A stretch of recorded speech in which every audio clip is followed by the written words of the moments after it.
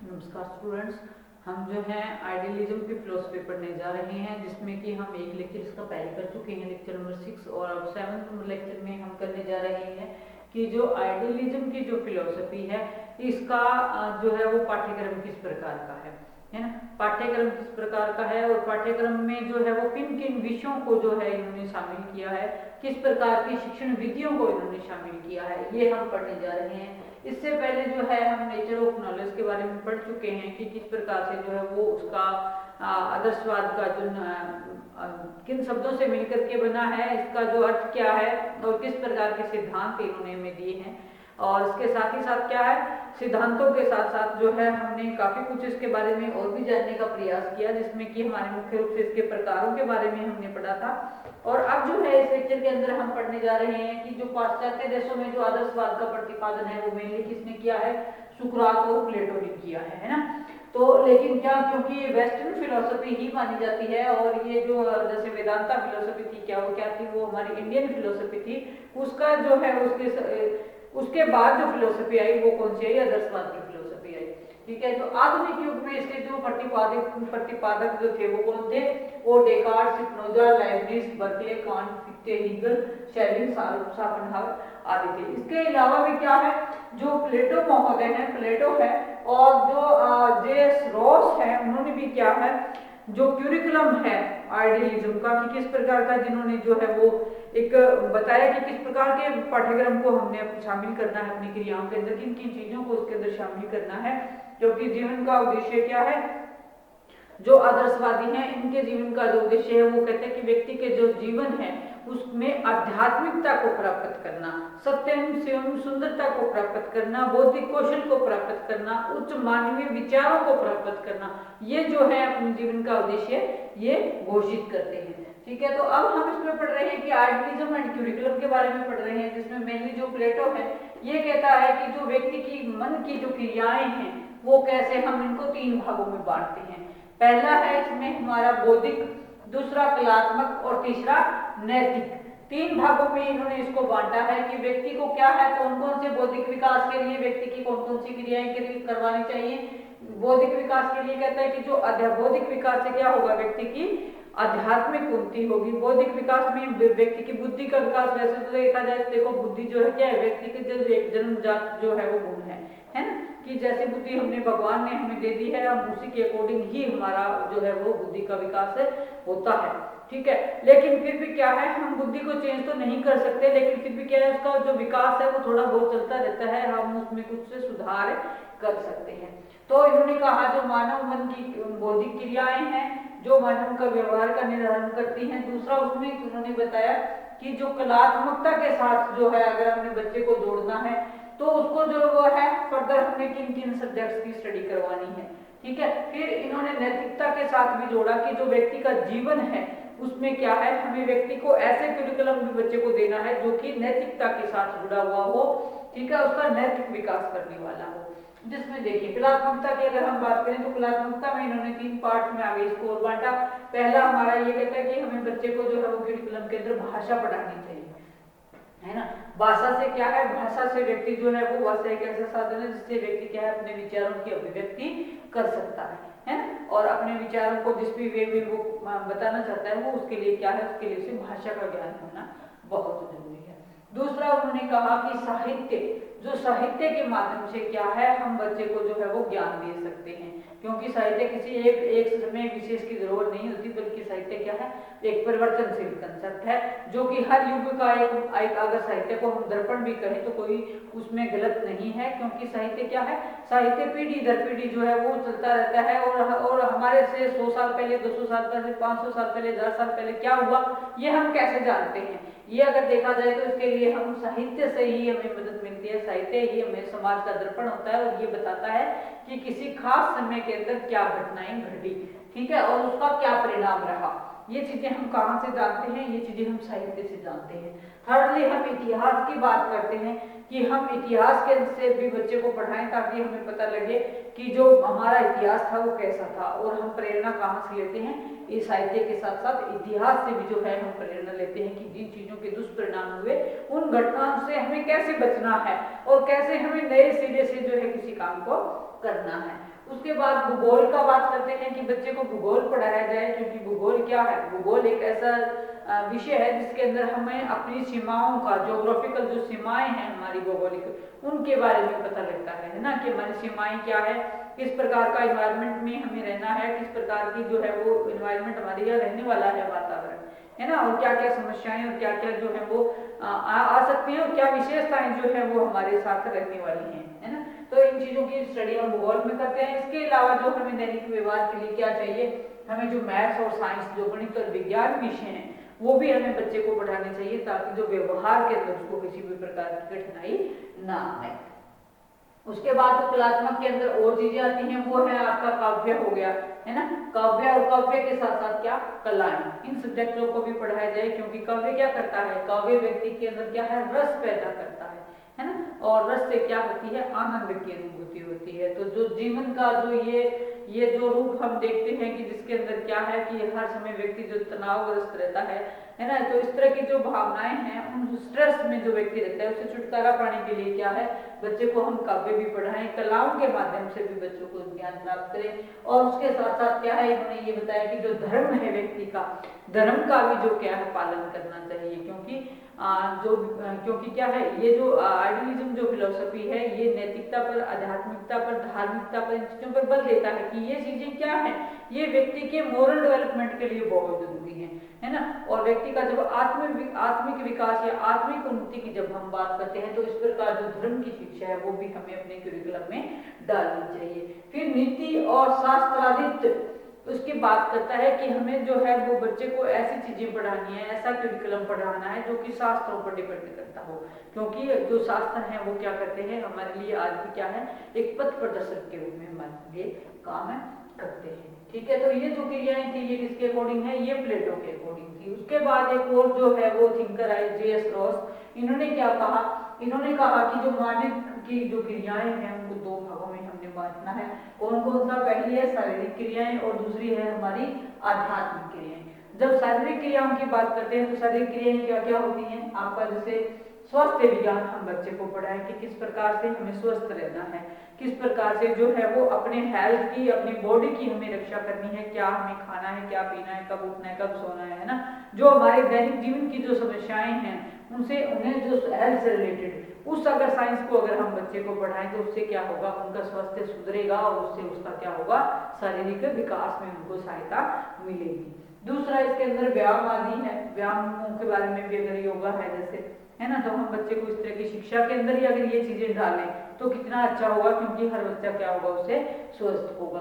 तो ये इस प्रकार की शारीरिक क्रियाओं के जो विषय हैं ये भी हमें अपने करिकुलम में डालना है। उसके बाद उन्होंने कुछ आध्यात्मिक क्रियाओं के बारे में भी बताया कि आध्यात्मिक क्रियाएं क्या हैं, जैसे आपको साहित्य की स्टडी करानी है, इसके साथ साथ क्या है, कला और संगीत की एजुकेशन भी हम बच्चे को दे सकते हैं कि कला के माध्यम से और संगीत के माध्यम से जो है वो बच्चा किस प्रकार से रहे, अपने आप को तनाव मुक्त रखे, और क्या है आने वाले जो समय है उसमें क्या है अपने आप को उसका जो बौद्धिक विकास है, जो मानसिक विकास है, जो चारित्रिक विकास है, हर तरह के विकास में उसका जो है वो योगदान रहे। उसके बाद इतिहास और भूगोल की शिक्षा की हम बात करते हैं कि J.S. रॉस कहते हैं कि बच्चे को इतिहास की भी शिक्षा दी जाए, उसके साथ साथ क्या है भूगोल की शिक्षा भी बच्चे को दी जाए। ठीक है, तो ये तो थी हमारी करिकुलम किस प्रकार का होना चाहिए। उसके बाद भी एक और हुए हैं हमारे टी.पी. नन महोदय हुए हैं, इसी प्रकार से इन्होंने भी पाठ्यक्रम के बारे में बताया है कि पाठ्यक्रम में किन चीजों का स्थान होना चाहिए। पाठ्यक्रम में वो कहते हैं कि नीति शास्त्र का सिद्धांत जो है वो स्थान होना चाहिए और धर्म का स्थान होना चाहिए, ऐसा टी.पी. नन ने कहा। और उन्होंने क्या कहा, और उन्होंने कहा कि सभ्यता और संस्कृति के निर्माण के लिए क्या है, जो ये भाषा, साहित्य, इतिहास, भूगोल, गणित, विज्ञान, ये चीजें भी जो है बच्चे को पढ़ाएं। इसके अलावा भी जो है वो अल्बर्ट महोदय हुए हैं, उन्होंने भी जो है वो काफी कुछ इनके बारे में बताया है कि किस प्रकार से जो है हम बच्चे को शिक्षित करें, किस प्रकार का करिकुलम जो है वो उनके सिलेबस में हमें डालें। ठीक है, तो ये तो था प्लेटो के अकॉर्डिंग और रॉस महोदय के अकॉर्डिंग शिक्षा के उद्देश्य हमारे करिकुलम किस प्रकार का हमें बनाना है। उसके बाद हम शिक्षण विधियों की बात करते हैं कि जो आदर्शवादी हैं वो किस प्रकार की शिक्षण विधियों को फॉलो करते हैं। आइडियलिज्म एंड टीचिंग मेथड्स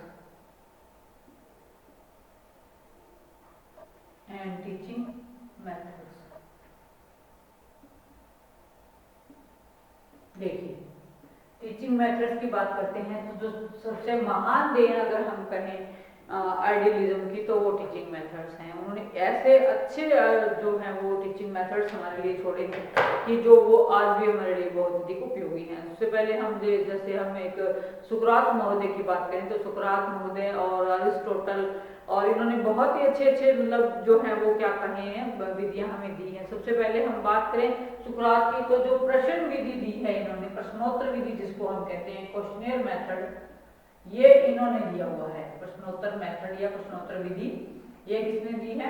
ये सुकरात महोदय ने दी है। ये बहुत ही अच्छी देन है आइडियलिज्म की, कि प्रश्नों के माध्यम से बच्चे को जो है हम पढ़ाएं, उनसे क्वेश्चनिंग आंसरिंग हम बच्चे से करें, उनसे किसी भी सब्जेक्ट को पढ़ा दिया जाए, उसके बाद उनसे पूछा जाए, है ना। ये बहुत अच्छी विधि है। फिर है संवाद विधि। संवाद विधि ये प्लेटो ने दी है कि संवादों के माध्यम से बच्चे को पढ़ाया जाए। विभिन्न प्रकार के जो हैं प्लेटो ने दी है चीजें कि विभिन्न प्रकार के संवाद के माध्यम से भी जो है वो बच्चे से हम तर्क वितर्क कर सकते हैं। उसके बाद आपका है आगमन और निगमन विधि। बहुत ही अच्छी विधियां हैं ये, आगमन और निगमन विधि। निगमन विधि ये जो विधियां हैं दोनों, ये विधियां किसने दी हैं? ये अरस्तु ने दी हैं, अरस्तु महोदय ने दी हैं। ये क्या कहते हैं? ये बड़ी ही इंपॉर्टेंट विधियां हैं, आगमन विधियां और निगमन विधि। आगमन विधि में क्या होता है कि हम पहले उदाहरण देते हैं, उदाहरण दे करके क्या है हम फिर जो है वो एक्चुअली के जो नियम है उसकी तरफ बढ़ते हैं। ये सरल से कठिन की ओर जाने वाली विधि है, जबकि जो निगमन विधि है वो इसके अपोजिट विधि है। इसमें हम क्या करते हैं, पहले नियम दे बच्चे को बताते हैं, उसके बाद हम एग्जाम्पल की तरफ जाते हैं। ठीक है, ये विधि जो क्या है, ये कठोर से आपके जो सरल की ओर जाने की विधि है। दोनों विधियां जो हैं एक दूसरे की विरोधी नहीं है, एक दूसरे की पूरक विधियां हैं। जहां पर आगमन का प्रयोग नहीं हो सकता वहां पर हम निगमन का प्रयोग कर सकते हैं, जहां पर निगमन का प्रयोग नहीं हो सकता वहां पर हम आगमन का प्रयोग कर सकते हैं। आगमन विधि का प्रयोग सामान्यतः छोटी कक्षाओं के लिए हम करते हैं, जो निगमन विधि है इसका प्रयोग हम क्या कर सकते हैं, बड़ी कक्षाओं के बच्चों के लिए कर सकते हैं। बाकी जो है वो सब्जेक्ट्स के अकॉर्डिंग जो है हम विधियों का चुनाव करते हैं। ठीक है, और इसके बाद जो बात आती है सरल से कठिन की ओर विधि, ये इसी के साथ ही जुड़ी हुई है। फिर है क्रियाओं के द्वारा शिक्षा। क्रियाओं के द्वारा शिक्षा, बच्चे को जो है वो शिक्षा किस मेथड से दी जाए, क्रियाओं के माध्यम से दी जाए। द्वारा शिक्षा बच्चे को दी जाए। ठीक है, ये जो विधि है क्रियाओं के द्वारा, ये किसने दी है? ये पेस्टालोजी ने दी है। Pestalozzi, Pestalozzi. इसके अलावा भी और बहुत सारी विधियां हैं, जैसे तर्क वितर्क विधि है। तर्क विधि हमारी हीगल ने दी है, उसके साथ ही साथ निर्देश विधि है जो कि हमारे हर्बर्ट महोदय ने दी है। तर्क विधि का अगर हम लिखें तो तर्क विधि किसने दी है? तर्क विधि हीगल। ये ऐसी विधियां हैं, ऐसे टीचिंग मेथड्स हैं जो कि न केवल उस समय में बल्कि आज के समय में भी क्या है हमारे लिए बहुत अधिक उपयोगी हैं। तो ये जो टीचिंग मेथड्स हैं मेनली 5 है। प्रश्नोत्तर विधि जो कि सुकरात ने दी है, फिर संवाद विधि जो प्लेटो ने दी है, आगमन और निगमन विधि ये अरस्तु ने दी है, अरस्तु महोदय ने दी है। क्रियाओं के द्वारा जो शिक्षा है, ठीक है, learning by practical work, learning by doing जिसको हम कहते हैं, पेस्टालोजी ने दी है। उसके बाद तर्क विधि जिसको कि इसने दिया है, हीगल महोदय ने दिया है। अब अगर थोड़ा सा देखिए अध्यापक के बारे में, तो आदर्शवादी जो है वो किस प्रकार के अध्यापक की बात करते हैं। आदर्शवादी ये कहते हैं कि हमारा जो अध्यापक है वो उसको क्या करते हैं, महत्वपूर्ण स्थान देते हैं। आदर्शवादी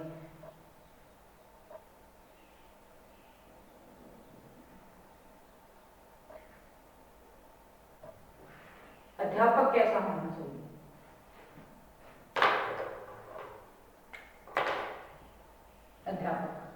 आदर्शवाद और अध्यापक, ये अध्यापक को सर्वोपरि स्थान देते हैं, बच्चे को क्या करते हैं, बच्चे को गौण स्थान देते हैं आदर्शवादी। ये कहते हैं कि जो अध्यापक है वो क्या है, वही बच्चे को ज्ञान देने वाला है, वही जो है वो मेन प्रेरणा का स्रोत है। बच्चे को क्या करना है, बच्चा ज्ञान प्राप्त कहाँ से करेगा, अध्यापक को। तो जो अध्यापक है वो क्या है, मुख्य स्थान देता है अध्यापक को। अब विद्यार्थी, अगर हम विद्यार्थी की बात करें, शिक्षार्थी की बात करें, तो शिक्षार्थी को किसका नाम देता है, ये कहता है कि जो विद्यालय है वो क्या है, विद्यालय एक बाग के समान है। जो एक अध्यापक है वो क्या है, वो एक माली के समान है, और जो विद्यार्थी है वो एक पौधे के समान है। जिस प्रकार से एक बाग के अंदर एक माली जो पौधे की देखभाल करता है, उसी प्रकार से एक जो अध्यापक है वो क्या है, बच्चे के अंदर संस्कार भरता है, उसके अंदर वैल्यूज भरता है, उसके अंदर जो अच्छे विचार हैं उनको डेवलप करता है। तो जो बच्चा है उसको क्या करना है, वो एक पौधे की तरह है और उसको अध्यापक को फॉलो करना है। अब डिसिप्लिन की बात आती है कि किस प्रकार के डिसिप्लिन की जो है आदर्शवाद बात करता है। तो जो आदर्शवाद है ये कहता है कि हमें जो है वो सेल्फ डिसिप्लिन की फॉलो करना चाहिए, क्योंकि देखिए जहां ये क्या किसी प्रकार के दबाव को सहन करने के पक्ष में नहीं है। ये नहीं कहता है कि बच्चे के ऊपर किसी भी प्रकार का दबाव पैदा किया जाए। बालक की क्या है, बालक की रुचि का ज्ञान प्राप्त करके उसके साथ प्रेम और सहयोग से रह करके हम बच्चे को बहुत अधिक ज्ञान दे सकते हैं, बहुत अधिक उसको सिखा सकते हैं। क्योंकि दंड और भय से जो कहता है कि अगर दंड और भय को अगर हम अनुशासन के अंदर डालते हैं, वो क्या है, वो टेम्परेरी होता है, अस्थायी होता है, उसका ज्यादा जो है वो वजूद नहीं होता है। जब तक डर रहेगा बच्चा तब तक मानेगा, जब डर खत्म हो जाएगा तो बच्चा क्या है, जब डर के परिणाम से वो उबर जाएगा तो वो उस काम को करना बंद कर देगा। लेकिन जो सेल्फ कंट्रोल है या शवासन जिसको हम कहते हैं, सब अनुशासन, ठीक है, ये जो जब व्यक्ति के अंदर पनपता है तो ये क्या है, व्यक्ति को जो है वो किसी प्रकार के और अन्वेषण की आवश्यकता नहीं होती, बल्कि बच्चा जो है वो स्वानुशासन के द्वारा ही अपने आप को मैनेज करता है, कंट्रोल कर लेता है।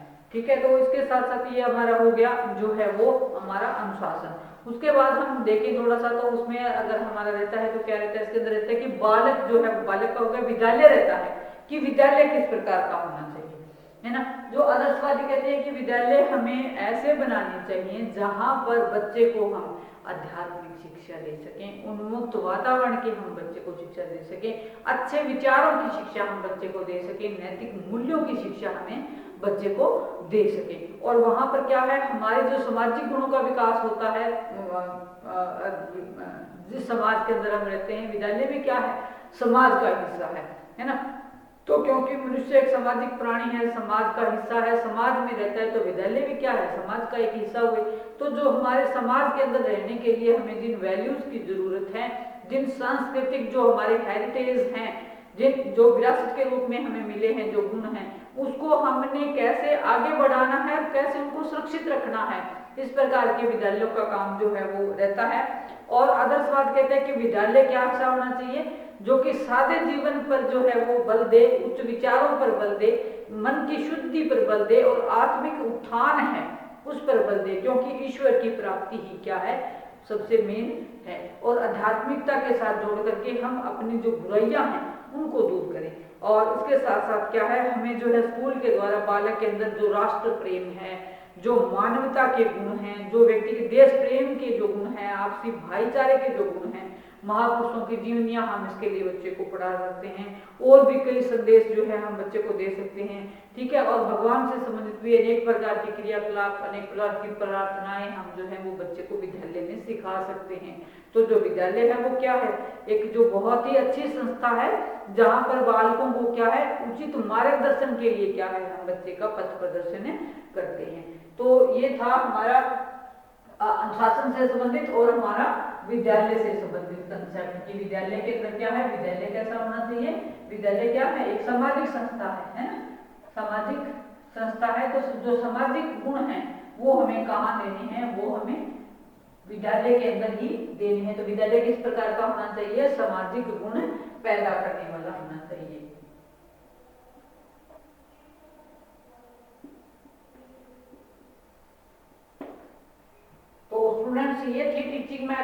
ये था अध्यापक के बारे में थोड़ा सा, कि अध्यापक जो है वो किस प्रकार का होना चाहिए। हमारा जो अध्यापक है वो एक पथ प्रदर्शक की तरह होना चाहिए, महान व्यक्तित्व का धनी होना चाहिए, ताकि जो व्यक्ति उसको फॉलो करें, जो विद्यार्थी उसको फॉलो करे, उसके व्यक्तित्व के जो अच्छे गुण हैं वो भी बच्चे जो है वो एक माली की तरह अध्यापक काम करे, उस बच्चा उसको अडॉप्ट करे। और इसके साथ साथ अगर हम थोड़ा सा देखें इसके अंदर, तो जो क्या है कि इसके अंदर कुछ कमियां भी हैं और कुछ इसके गुण भी हैं आदर्शवाद के। बहुत सी चीजें आदर्शवाद ने हमें अच्छी दी हैं, लेकिन फिर भी क्या है, कौन कौन सी अच्छी चीजें हैं, वो अच्छी चीजें देखिए। अगर हम मूल्यांकन की दृष्टि से देखें तो सबसे पहले इसके अंदर आपका क्या आएगा कि उच्च शैक्षिक उद्देश्यों की प्राप्ति, है ना, ये हमें जो है वो आदर्शवाद की देन है। इसके साथ ही साथ क्या है, प्रभावात्मक अनुशासन की, जो व्यक्ति का, जो अध्यापक का प्रभाव है वो ये इतना होना चाहिए कि बच्चा जो है वो सिर्फ आत्मानुशासन में रहना सीख जाए, है ना, कि प्रभावशाली अगर व्यक्तित्व अध्यापक का है तो बच्चा जो है वो अपने आप अनुशासन में रहना सीख जाएगा। उसके बाद अध्यापक को महत्वपूर्ण स्थान देता है ये,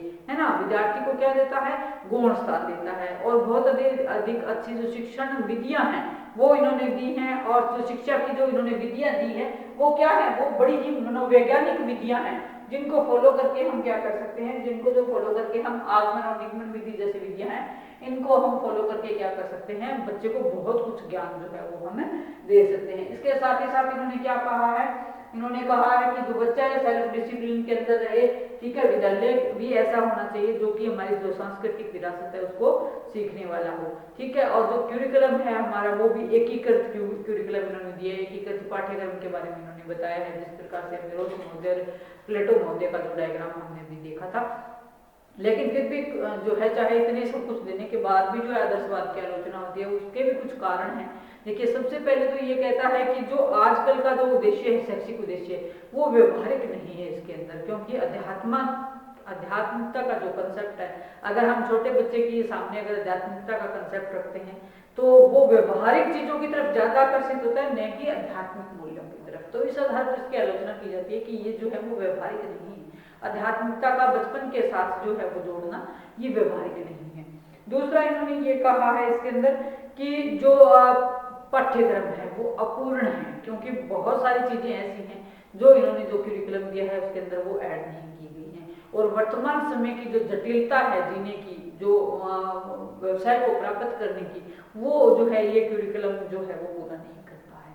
और इसके साथ साथ कहें कि कोई जो है वो एक निश्चित शिक्षण विधि इसके अंदर नहीं दी है इन्होंने, क्योंकि देखिए एक निश्चित शिक्षण विधि के आधार पर की आलोचना तो की जाती है, लेकिन एक निश्चित शिक्षण विधि जो है वो हम मान भी नहीं सकते, क्योंकि जो शिक्षण विधियां हैं वो क्या है, हमें जो है परिस्थितियों के अकॉर्डिंग और सिलेबस के अकॉर्डिंग अपने आप को बदलनी होती है हमें, है ना। एक अध्यापक को जो कौन सी शिक्षण नीति का चुनाव करना है ये वो खुद ही तय करता है, समय के अकॉर्डिंग करता है, परिस्थितियों के अकॉर्डिंग करता है, बच्चों के इंटरेस्ट के अकॉर्डिंग तय करता है।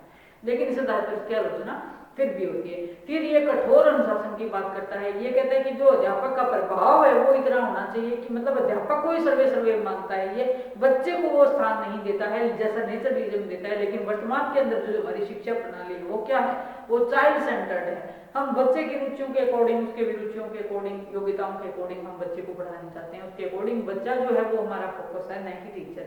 लेकिन ये जो फिलॉसफी है ये क्या है, ये टीचर पर ज्यादा बल देती है। इस आधार पर भी जो इसकी आलोचना की जाती है। और जो आजकल जो कि साइंस एंड टेक्नोलॉजी का जमाना है, लेकिन ये जो बात है ये क्या है, ये साइंस और टेक्नोलॉजी पर इतना बल नहीं देता है, इस आधार पर इसकी आलोचना की जाती है। और जो भौतिक जीवन है, मैं देखिए, क्योंकि भौतिकता के साथ हमें रहना है, ये एक सच्चाई है ना। भौतिक वस्तुओं का जीवन के अंदर कितना व्यवहारिक प्रयोग है, इस चीज से इस जो कंसेप्ट है इससे कोई भी अछूता नहीं है। सबको पता है कि हमें अपना जीवन को सुचारू रूप से चलाने के लिए क्या है, आध्यात्मिकता की बजाय भौतिक चीजों की ज्यादा जरूरत पड़ती है। तो इस कंसेप्ट को भी जो है वो उसकी आलोचना का आधार माना गया है। लेकिन अगर हम निष्कर्ष रूप में, कंक्लूजन के रूप में बात करें तो जो आदर्शवाद में चाहे हम कितनी ही कमियां निकालें, लेकिन इनकी जो देन है हमारी शिक्षा को वो बहुत अधिक है, बहुत अधिक महत्वपूर्ण चीजें इन्होंने हमारे सामने रखी हैं। हमारे जीवन जीने का जो तरीका है, जैसे आध्यात्मिकता की प्राप्ति है, जैसे नैतिक मूल्यों के साथ हमें जीना है और हमें सदाचरण करना है, अच्छे वैल्यूज डेवलप करने हैं बच्चों के अंदर, ये चीजें बहुत ही अच्छी हैं। और उसके साथ साथ जो विधियां इन्होंने दी है शिक्षण मेथड की, टीचिंग मेथड की, वो भी बहुत ज्यादा मतलब क्या है, आज के समय में भी प्रासंगिक हैं, ठीक है। नहीं तो क्या है, अगर हम भौतिकता के पीछे ही अगर हम दौड़ते रहे तो जो क्या है, परिणाम क्या होगा कि व्यक्ति जो है वो आध्यात्मिक रूप से अगर दूर हो गया और सिर्फ भौतिकता के पीछे दौड़ता रहा तो एक समय एक जीवन के अंदर ऐसा भी आता है जहाँ की क्या है, वो जो है ये जो भौतिक संसार है ये हमें अच्छा नहीं लगता है ना। वहाँ पर हम ईश्वर की प्राप्ति के लिए भी जो है वो आप समय निकालते हैं, है ना। तो इन चीज़ों को अगर देखा जाए तो वहाँ पर जो है आदर्शवाद का जो मूल्य है वो बहुत अधिक है, बहुत अधिक ये हमारी शिक्षण प्रणाली को